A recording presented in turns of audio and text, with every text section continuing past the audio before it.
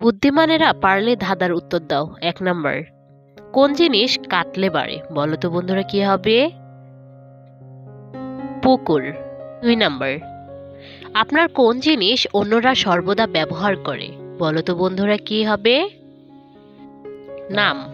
3 number. 3 অক্ষরের নাম যার সবার ঘরে রয়, মাঝের অক্ষর বাদ দিলে খাবারের নাম হয়। বলো তো বন্ধুরা কি হবে? চিরুনি। 4 নাম্বার।